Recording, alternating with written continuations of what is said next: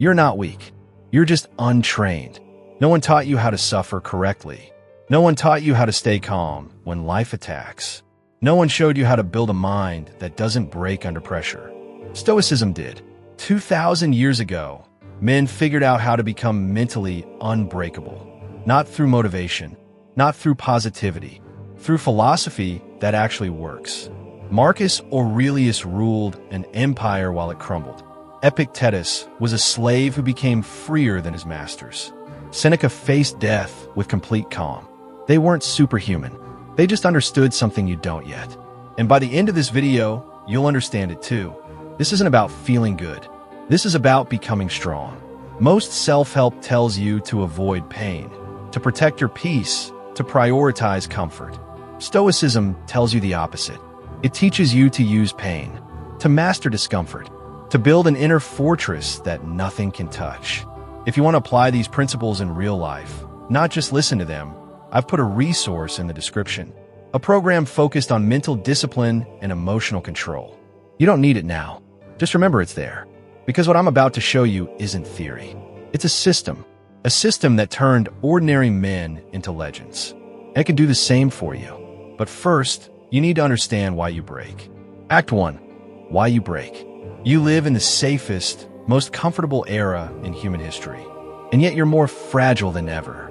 Your ancestors survived wars, famines, plagues. You panic over a text message. They faced death daily.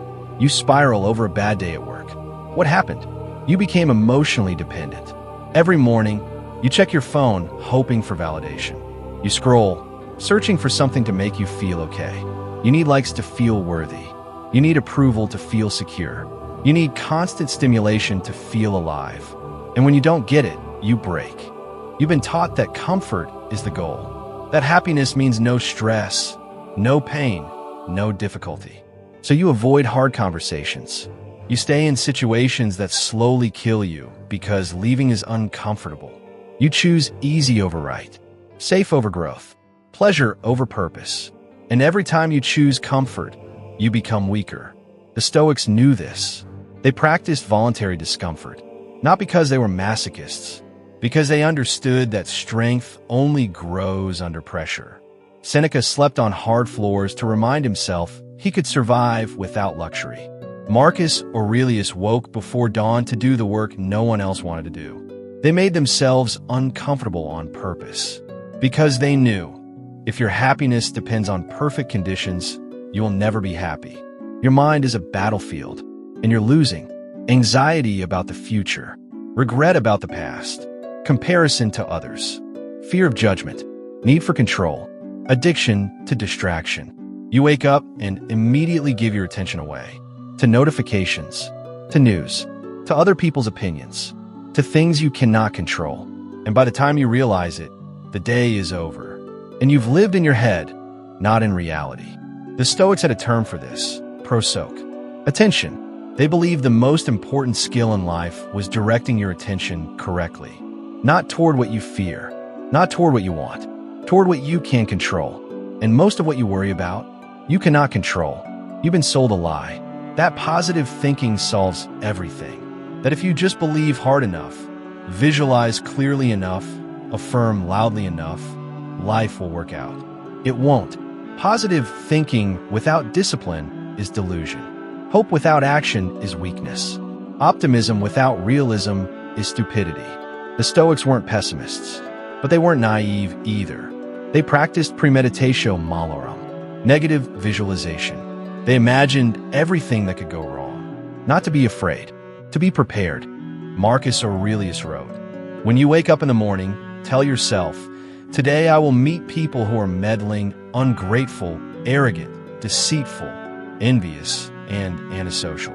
Not because he hated people, because he refused to be surprised by reality.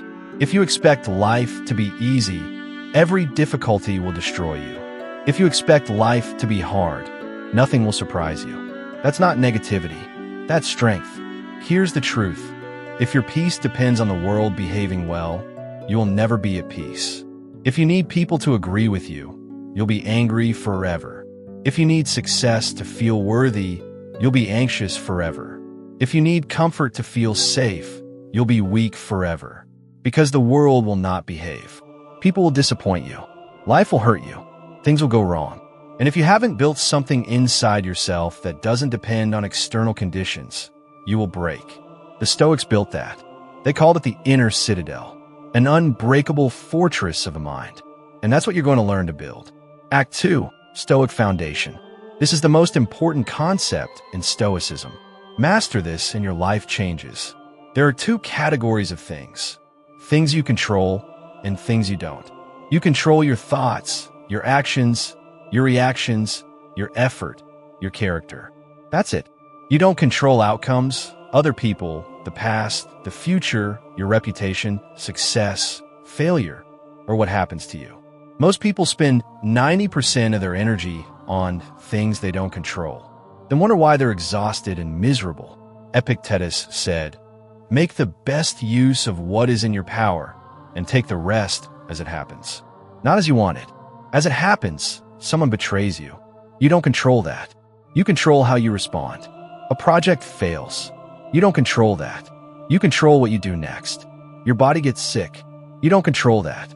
You control your mind's reaction. This isn't about acceptance. It's about power. Real power.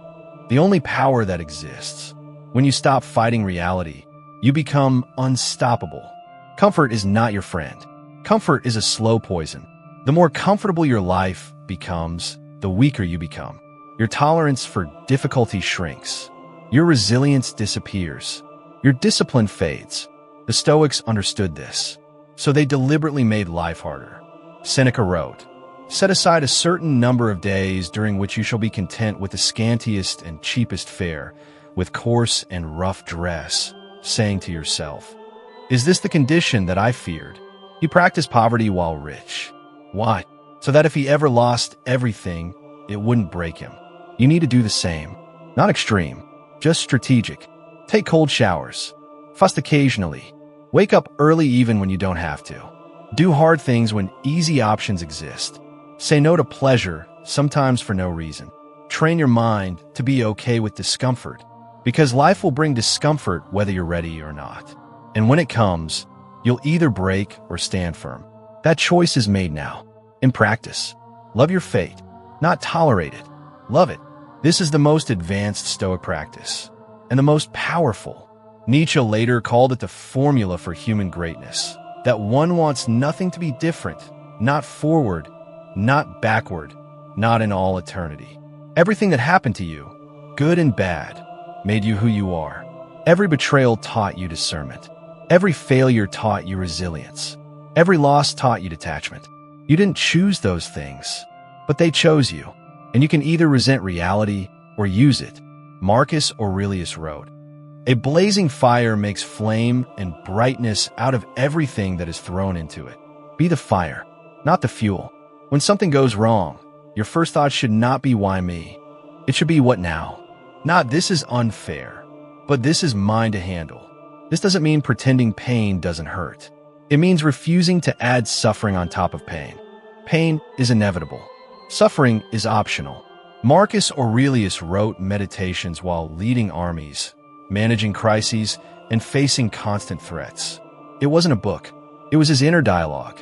And the central theme was this: build a fortress inside yourself that external events cannot touch. He wrote, "You have power over your mind, not outside events. Realize this, and you will find strength." The inner citadel is not optimism. It's not denial. It's a trained ability to separate what happens from how you interpret it. Someone insults you. The words are external. Your reaction is internal. You control one. You lose money. The loss is external. Your response is internal. You control one. You face rejection. The rejection is external. Your self-worth is internal. You control one. Most people let external events determine their internal state. The Stoics did the opposite.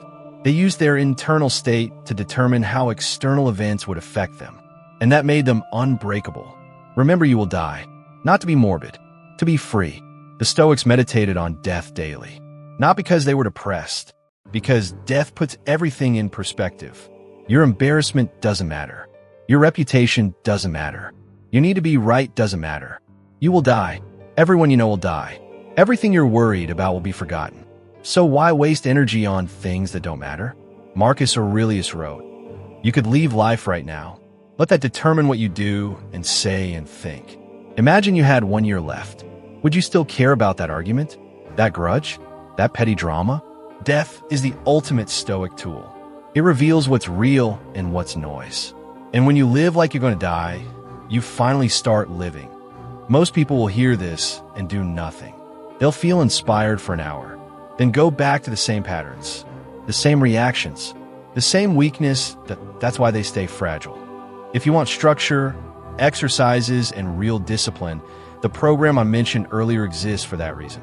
It's designed for people who are serious about mental training, not motivation. Training. Knowledge doesn't make you strong. Practice does. The Stoics didn't just read philosophy. They lived it, daily, in every situation. If you're ready to do the same, the link is in the description. If not, keep listening. But understand, listening without action is entertainment, not transformation. Act 3. Becoming unbreakable. Imagine this. Everything falls apart. Your plans fail. People turn on you. Your security disappears. Most people panic. They spiral. They make it worse. The Stoic stays calm. Not because nothing bothers them, because they've trained for this. Epictetus said, "It's not what happens to you, but how you react to it that matters." You cannot control the storm, but you can control whether you panic or prepare, whether you blame or adapt, whether you collapse or stand. This is not about suppressing emotion. It's about not being controlled by it. Feel the anger. Don't act from it. Feel the fear. Don't let it decide. Feel the sadness. Don't let it define you. Your emotions are information, not instructions. The untrained mind obeys every emotion. The trained mind observes them and chooses. You don't become unbreakable by avoiding pain. You become unbreakable by mastering it. Every difficult moment is a test, and every test is an opportunity to get stronger. Marcus Aurelius wrote, "The impediment to action advances action. What stands in the way becomes the way." Your obstacle is not blocking your path. It is your path. You lose your job. That's your training in resilience. You face betrayal. That's your training in discernment. You experience failure. That's your training in humility and persistence. Nothing is wasted. Everything is useful, but only if you treat it as training instead of tragedy. The weak see problems. The strong see practice. The world rewards loudness. Stoicism rewards silence. Most people need to speak, to defend, to explain, to prove, to react. The Stoic doesn't. When someone attacks you, silence is power. When someone baits you, restraint is strength. When someone wants a reaction, giving nothing is victory. Marcus Aurelius wrote, "The best revenge is to be unlike him who performed the injury." Don't argue with fools. Don't defend yourself to people who've already decided. Don't justify yourself to those who don't matter. Silence is not weakness. It's mastery, because the person who controls their words controls their mind, and the person who controls their mind controls their life. You need to stop caring what people think. Not in a rebellious way, in a free way. Your worth is not determined by opinion. Your value is not decided by approval. Your identity is not defined by validation. If you need people to like you, you'll never be yourself. If you need people to agree with you, you'll never speak truth. If you need people to validate you, you'll never be free. The Stoic builds worth from within, from character, from discipline, from integrity. Epictetus was asked, "What if people speak badly of you?" He answered, "It's their task to speak badly. Yours is to live well. Let them talk. Let them judge. Let them misunderstand. Your job is not to be understood. It's to be unshakable." Act final, the Stoic life. Stoicism is not a destination. It's a practice, a daily practice. You will not master it. You will practice it until you die. Some days you will be strong. Some days you will fail. Some days you will react when you should have been calm. And that's okay. The Stoic doesn't expect perfection. The Stoic expects effort. Marcus Aurelius, the most powerful man on earth, still struggled. He still wrote reminders to himself. He still had to practice discipline daily. If he wasn't above the work, neither are you. Understand this. Choosing strength means choosing solitude. Most people will not understand you. They will think you're cold, detached, unfeeling.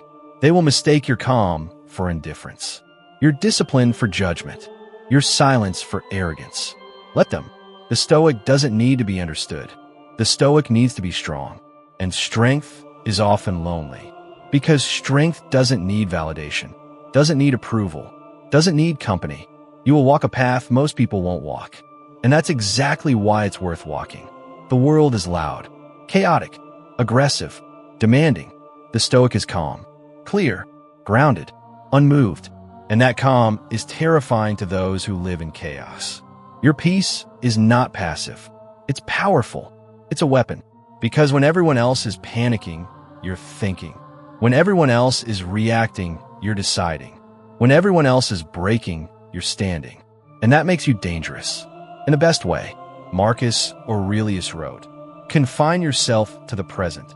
Not yesterday, not tomorrow. Here, now, this moment. That's where your power is. That's where your peace is. And when you live there, fully, nothing can break you. If you're done being mentally weak, stop consuming and start building discipline." This video gave you the philosophy. Now you need the practice. The link in the description is there for those who are serious. Not for people who want to feel motivated. For people who want to become unbreakable. Stoicism doesn't need followers. It needs practitioners. And if you're ready to practice, you know what to do. The work begins now.